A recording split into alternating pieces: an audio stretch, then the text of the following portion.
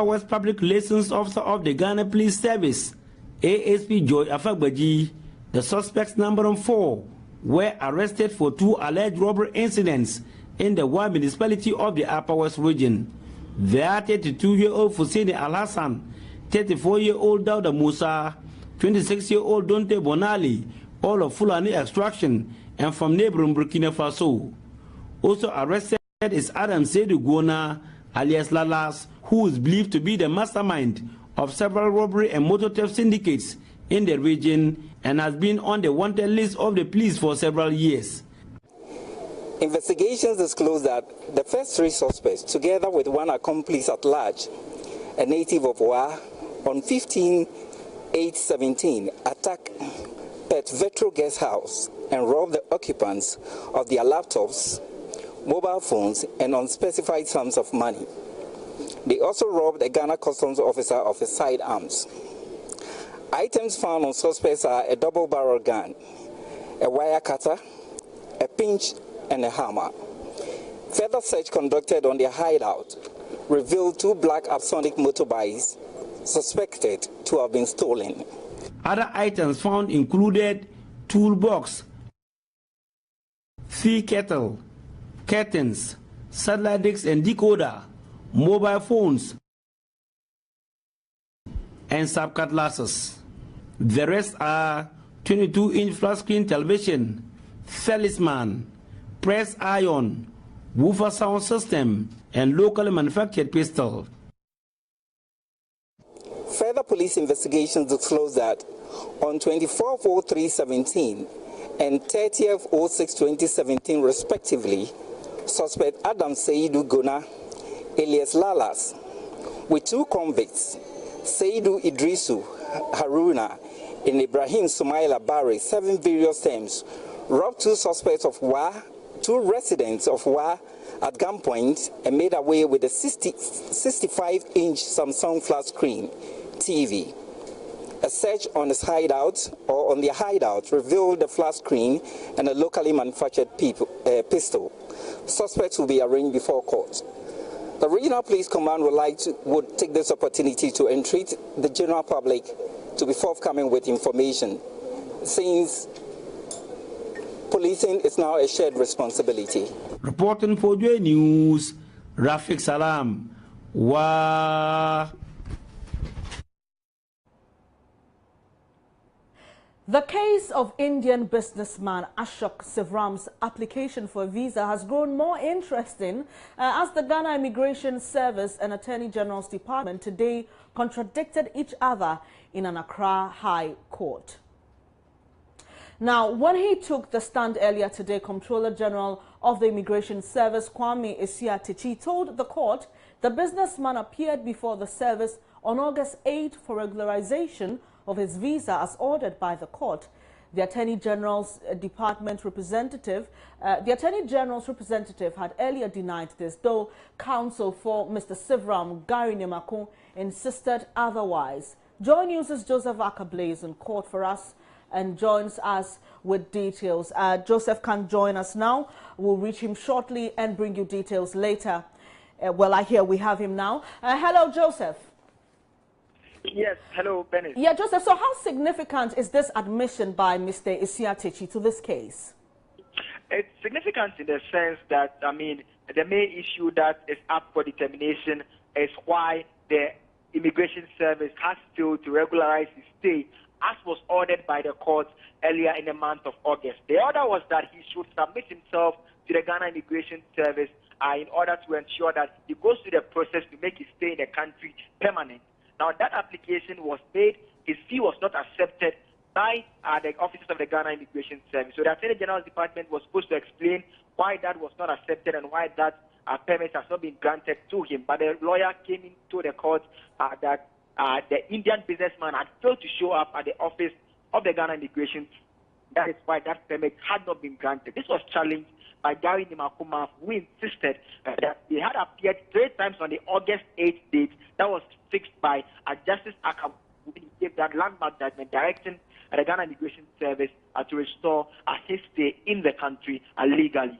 So that was the issue with that one. But when Kwame Techi was sworn in and mounted the witness box, he told the court that indeed the gentleman did appear before the Ghana service. So what it means is that he did avail himself before the service to enable his stay be regularized. But Justice Azu has ordered that the Ghana Immigration Service gives him a temporary residence permit pending the determination of the substantive matters to whether his stay in the country should be made permanent or not.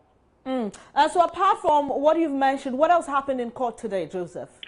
So the other issues that came up had to do with the businessman telling the court through his lawyers that indeed his colleague businessman who told him that he wanted out of their business, they own a telecommunication company. He said that his colleague had threatened him that the gentlemen who have the power to deport you from the country, I have them in my pocket, for which reason I will ensure that you are deported. They told the court that within 10 days after that threat was handed a businessman, he was therefore deported from the country, for which reason they have since been challenging the entire that his stay be made permanent. They have been arguing that he employs as many as 190 people in the country, and that is very important. He has business interests in the country, and they want his stay made permanent. So those are the issues that the court will be looking at once they come back on September 8th.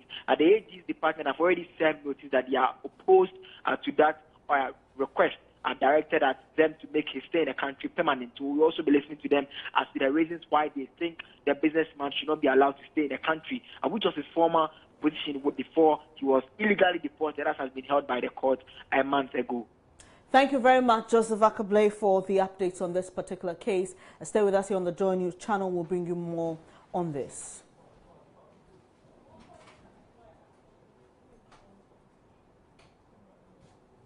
Now, Cape Coast has been painted red, white and blue as final preparations for the new Patriotic Party MPP's National Delegates Conference takes place. Now, reports say almost all hotels and guest houses in the region are fully booked as more than 5,000 delegates and hundreds of party officials begin to converge in the Central Region capital. 1,250 police officers are also on the ground to keep the peace. We now take you to the Central Region, where Joy News' Richard Kojonyako has been speaking with Samia Wuku, NPP National Youth Organizer. We are live here at the event venue, the University of Cape Coast New Examination Center. We've got the National Youth Organizer of the NPP, Mr. Samia Wuku. Good morning. Good morning, sir. Well, tell us about the preparations, how you are prepping up towards the national conference. As you can see, we are putting finishing touches to the various operational activities. Again, we are also ensuring that everything is in place for a smooth program. It hasn't been easy putting logistics together for over 6,000 people, their accommodation, their feeding, their certain arrangement, and all that. But we are doing our bit, and I can confidently tell you that things are in place. I'm just on my way together with other national officers to meet the security detail, to also debrief them, and for them to also debrief us on arrangements of what is what, who is doing what, and what must take place. I'm told that this is the highest decision-making body of the party. Right. Tell us, what people should expect from the NPP after this conference. Well, first of all, this is done annually. The NPP is run by two committees, one council, one conference. At the management level, it's run at the national level by the steering committee. Then you have the National Executive Committee. Then you have the National Council, which is the second highest decision-making body. Then you have the National Delegate Conference, which is the highest. And what happens, they deliberate on issues affecting the party, events that have taken place within the past 12 months or less, and also to fashion out a strategy for the way forward. And so far, that is what takes place. You are the mouthpiece of the youth. In terms of this conference, some resolutions would be adopted and all of that one. Will it inure to the benefits of the youth in this country? Well, I'm confident. Basically, the National Delegate Conference is also made up of youth as well, because youth organizers are also part of it, and other youthful executives. And we take decisions that are always in the best interest of the party and country. And it's expected that various resolutions that will be considered are resolutions that will help make things better for the youth. Some people were growing impatient. I mean, that 6 months, 7 months you've been in power, and people were thinking that overnight they should be getting jobs as promised and all of those things. What are you telling them? President Akufo-Addo and the team NPP are doing their best to resolve the numerous unemployment challenges we have in our country. They fashion out various programs of this one district, one factory that will also create jobs for our youth. Today, we are launching it at a Konfi. We have the planting for food and jobs. We've ensured that the NEIP, which is headed by John Kuma, has a seed money now to also help startups and entrepreneurs. Maslock and Venture Capital Fund are all being strengthened. And the Youth Employment Agency has been structured